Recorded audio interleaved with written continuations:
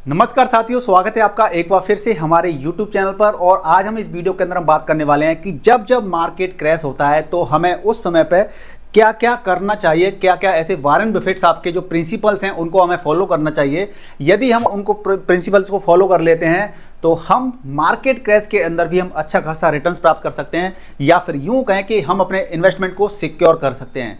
क्योंकि इस समय जब मार्केट में क्रैश आता है ना, तो इजराइल ईरान की वजह से, अमेरिका की वजह से जो टेंशन चल रही है, तो ऐसे वक्त पे हमें क्या करना चाहिए, अपनी कैपिटल को कैसे प्रोटेक्ट करना चाहिए, अपने इन्वेस्टमेंट को कैसे सेफ रखना चाहिए, इन सारे बिंदुओं पर हम चर्चा करेंगे इस वीडियो के अंदर। यानी कि ये वीडियो काफी ज्यादा इंफॉर्मेटिव होने वाला है, आप इस वीडियो को पूरा जरूर देखिएगा। तो देखिए, सबसे पहले बात कर लेते हैं कि मार्केट क्रैश जब भी होता है तो 90% लोग क्या करते हैं, डर करके भाग जाते हैं, यानी कि बेच देते हैं। जो भी इन्वेस्टमेंट किया होता है म्यूचुअल फंड के अंदर या फिर स्टॉक मार्केट के अंदर, उसको क्या करते हैं, डर की वजह से बेच के भाग जाते हैं, बंद कर देते हैं, बंद कर। और 10% लोग क्या करते हैं, वही लोग अच्छा खासा रिटर्न प्राप्त कर सकते हैं, 10%। तो यदि आपको 10% के बीच में आना है तो क्या करना है, इस वीडियो के अंदर बताई गई चीजों का वो फॉलो करना है। तो देखिए, they follow Warren Buffett principles. जो 10% वाले लोग होते हैं ना, ये वाले लोग, वो क्या करते हैं, वॉरेन बफेट सर के प्रिंसिपल्स को फॉलो करते हैं। यदि आप भी अगर 10% में आना चाहते हैं तो आपको ये वीडियो क्या करना चाहिए, पूरे वीडियो को लास्ट तक देखना चाहिए। अगर वॉरेन बफेट साहब की बात करें तो one of the richest person कह सकते हैं हम स्टॉक मार्केट से, जिन्होंने पैसा बनाया है। और इनका जो ईएलडी का रिटर्न है करीब 19.5% के करीब, ये क्या करते हैं, CAGR रिटर्न है इनके पास। ठीक है, 9.5% के 19.5% के हिसाब से इन्होंने क्या है, अपना CAGR रिटर्न रहता है इनका हर साल का। तो इस प्रकार से समझ सकते हैं आप। तो रूल सबसे पहला क्या है जो हमें फॉलो करना है, सबसे पहला रूल है कि strong business don't become zero. तो देखिए, जब भी हम किसी के अंदर इन्वेस्टमेंट करते हैं, चाहे वो स्टॉक मार्केट हो या इन्वेस्टमेंट करते हो म्यूचुअल फंड के अंदर सॉरी, तो जब हम किसी कंपनी के अंदर जब पैसा लगाते हैं, उसको शेयर को बाई करते हैं, तो जब मार्केट क्रैश आता है, इसका मतलब ये होता है कि उस मार्केट के अंदर, उस कंपनी के अंदर पर्टिकुलर क्या होता है, ये बिजनेस थोड़ा सा क्या होता है, बिजनेस आपका स्ट्रांग होता है या फिर वीक होता है। लेकिन इसका मतलब ये नहीं होता है कि मार्केट जीरो हो जाता है ना, ऐसे नहीं, बिजनेस ठप नहीं हो जाता है। यानी कि मार्केट प्राइस का मतलब क्या होता है, स्टॉक प्राइस गिरता है, यानी कि बिजनेस खत्म नहीं होता है। आप बहुत से लोग क्या करते हैं कि मार्केट क्रैश हो गया यानी कि बिजनेस खत्म हो जाएगा। अब बताइए, कोई बड़ी से बड़ी कंपनी है और उसके अंदर कोई मार्केट में शेयर का प्राइस गिर गया है, गिरावट आ गई है, तो क्या वो कंपनी बंद हो जाएगी, क्रैश हो जाएगी, बेकार हो जाएगी? हाँ, आफ्टर सम टाइम वो रिकवर करेगी, ठीक है ना। तो कभी भी ऐसा मत सोचिए कि जो प्राइस होता है ना वो इमोशनल होता है। प्राइस क्या है, इमोशनल है, लेकिन बिजनेस क्या है, ऑपरेशनल है। भाई बिजनेस के अंदर पूरा फंडामेंटल लगे हुए हैं, बिजनेस के अंदर पूरा एक सेटअप लगा हुआ है, तो वो इमोशनल नहीं है, वो क्या है, ऑपरेशनल होता है। रेवेन्यू होता है, प्रॉफिट होता है। कस्टमर डोंट वैनिश ओवरनाइट, यानी जो कस्टमर होते हैं एक ही रात के अंदर वो खत्म नहीं होते हैं, ठीक है ना, किसी भी कंपनी के। जैसे कि इफ स्टॉक फॉल्स 50%, मान लीजिए कोई स्टॉक अगर 50% गिर गया है, यानी कि बिजनेस डजंट फॉल 50%। अगर किसी कस्टमर 50% गिर गया, इसका मतलब ये है कि बिजनेस 50% नहीं गिर गया है। वो क्या करेगा, retail investors confuse price with value. तो आप जो रिटेल इन्वेस्टर्स होते हैं ना, वो प्राइस को वैल्यू से कंपेयर करते हैं, रिलेट करते हैं। आपको ऐसा नहीं करना है। तो क्या करना है, मार्केट गिरता है पर बिजनेस नहीं गिरता है। तो आपने अगर कहीं पे इन्वेस्टमेंट ले रखा है, वो अच्छी कंपनी है और उसके अंदर लॉन्ग टर्म के अंदर आपको पोटेंशियल दिखता है, तो आप उसके अंदर बने रहिए और उसके अंदर आप एवरेजिंग कर सकते हैं। अगर वो कंपनी फंडामेंटली गुड है और उसके अंदर टेक्निकल्स बन रहा है कि हाँ इसके अंदर हम एंट्री कर सकते हैं, तो आपको ऐसा करना चाहिए, ठीक है। सेकेंड रूल क्या कहता है, क्रैश अपॉर्चुनिटी नॉट पनिशमेंट।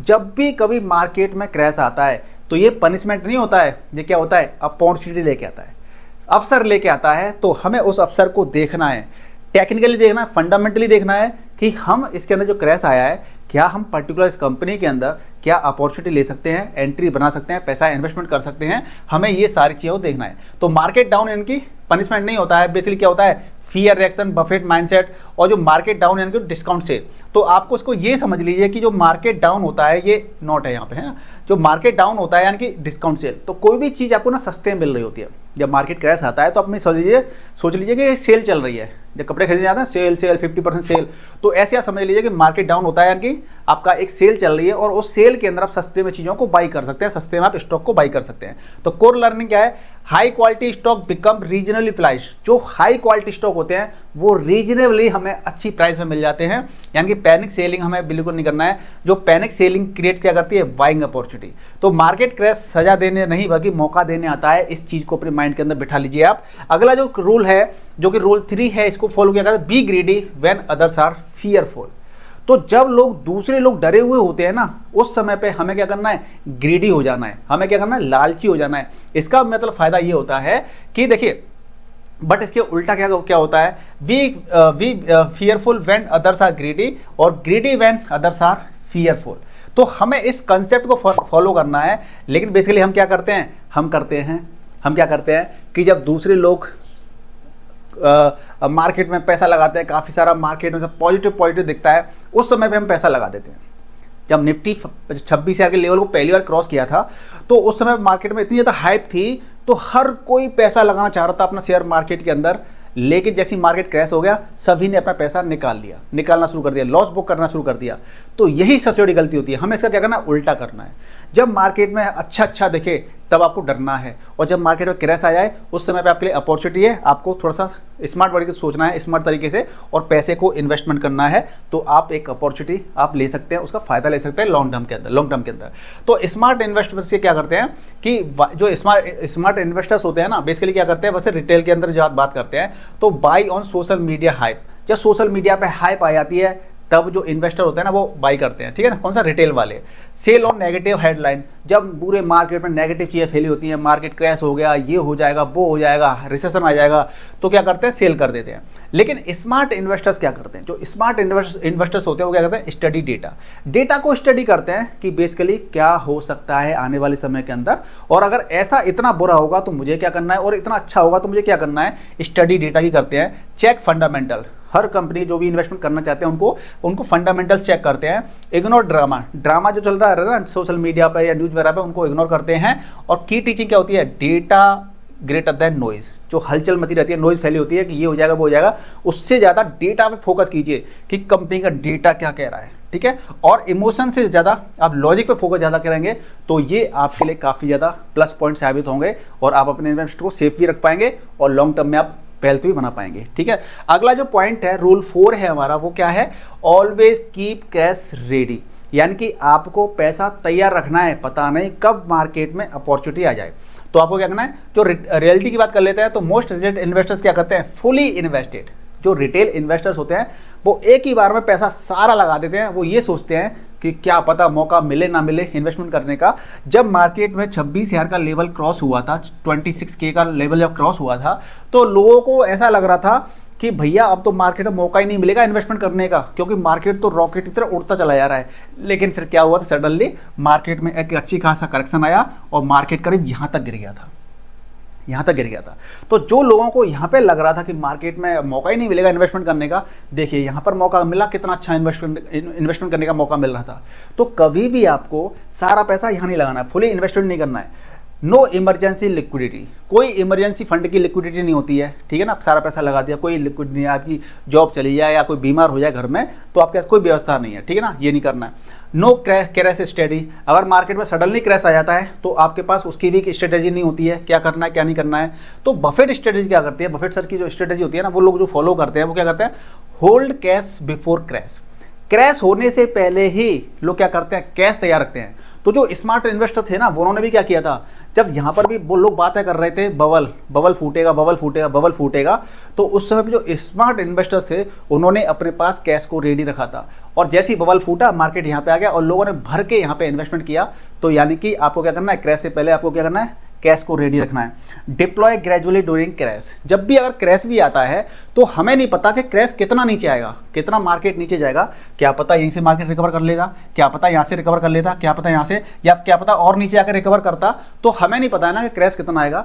तो कभी भी मार्केट में क्रैश आता है तो ग्रेजुअली पैसा लगाना है आपको, यानी कि थोड़ा थोड़ा पैसा लगाना है मार्केट में, जिससे कि क्या होगा, आपको एक अच्छी पोजीशन आपको मिल जाएगी। यहाँ लगा दीजिए, यहाँ पे ऐसे, तो यहाँ से क्या होगा, आपको एक एवरेजिंग प्राइस मिल जाएगा जो कि काफ़ी बेनिफिट रहेगा।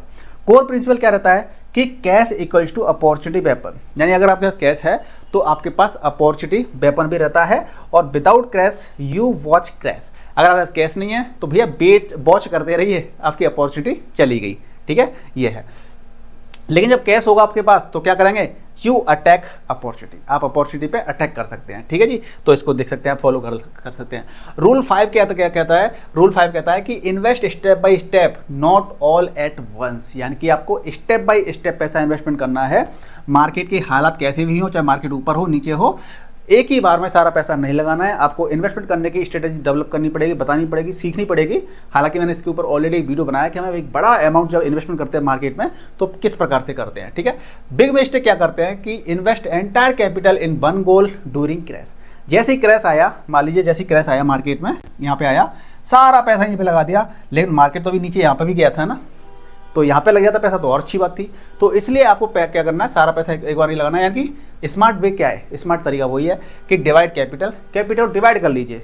1 लाख रुपए इन्वेस्ट करने मान लीजिए तो उसके 4 हिस्से कर लीजिए, 5 कर लीजिए, 3 कर लीजिए, और उस पैसे को फिर क्या करना है, अलग अलग फेज में थोड़ा थोड़ा करके पैसा उसको लगाना है, मार्केट में डिप्लॉय करना है। तो इस प्रकार से 5 नियम है, अगर आप इनको फॉलो करते हैं तो आपको काफ़ी ज़्यादा बेनिफिट हो सकते हैं।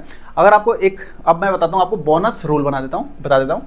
बोनस क्या है कि बोनस जो कि आपके लिए काफ़ी बेटर रूल है, ये think 5 to 10 years not 5 to 10 days.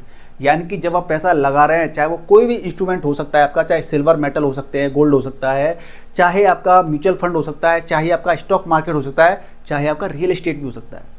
अगर आप 5-10 दिन के लिए अगर इन्वेस्टमेंट करेंगे तो आप कुछ नहीं कर सकते हो, कुछ नहीं बना पाओगे, लॉस में रहोगे हमेशा।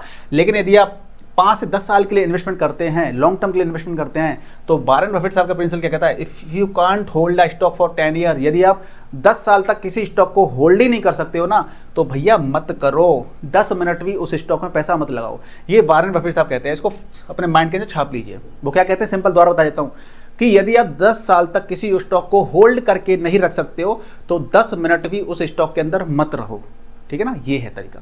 तो इससे आप क्या सीखते हैं, क्रैश क्या होता है, लर्निंग सीख लेते हैं क्रैश की, कि क्रैश इज टेम्परेरी। भैया जो क्रैश आता है ना, टेम्परेरी होता है। जब 26,000 के लेवल के पास में मार्केट क्रैश हुआ था, फिर रिकवरी करी, फिर मार्केट आया, फिर रिकवरी करी, तो मार्केट रिकवरी भी करता है, लेकिन टेम्परेरी क्रैश होता है। कंपाउंडिंग इज परमानेंट, लेकिन कंपाउंडिंग परमानेंट होती है, यानी जो चक्रवृद्धि ब्याज मिलती है ना, वो परमानेंट होती है। टाइम के अंदर रहना, टाइम इन मार्केट, यानी कि मार्केट के अंदर बने रहना, टाइमिंग द मार्केट अच्छा नहीं होता है, इतना बढ़िया नहीं होता है, लेकिन जितने समय के लिए आप टाइम के मार्केट के अंदर बैठे रहोगे, इन्वेस्टेड रहोगे, वहां आप काफ़ी अच्छा वेल्थ बना सकते हो, वो ज़्यादा इंपॉर्टेंट होता है, ठीक है ना। तो ड्यूरिंग क्रैश क्या करना है, don't confuse price with business करना है। सी क्रैश एज अपॉर्चुनिटी, जब भी क्रैश आता है इसको अपॉर्चुनिटी इधर लेते हैं आप। कंट्रोल इमोशंस करिए, keep cash ready, invest gradually और थिंक लॉन्ग टर्म, ठीक है। यदि आप इस अप्रोच को बना के रखते हैं तो आप मेरा यकीन मानिए कि आप अपनी कैपिटल को भी सुरक्षित रख पाएंगे और उस पर आप अच्छे खासे रिटर्न्स प्राप्त कर पाएंगे फ्यूचर के अंदर। तो दोस्तों साथियों, मुझे उम्मीद है कि आपको ये वीडियो पसंद आया होगा। पसंद आए तो जल्दी से इस वीडियो को लाइक कर दीजिए, शेयर कर दीजिए। चैनल पर नए तो चैनल को सब्सक्राइब कर लीजिएगा। मिलते हैं नेक्स्ट वीडियो में, तब तक के लिए गुड बाय, टेक केयर, जय हिंद।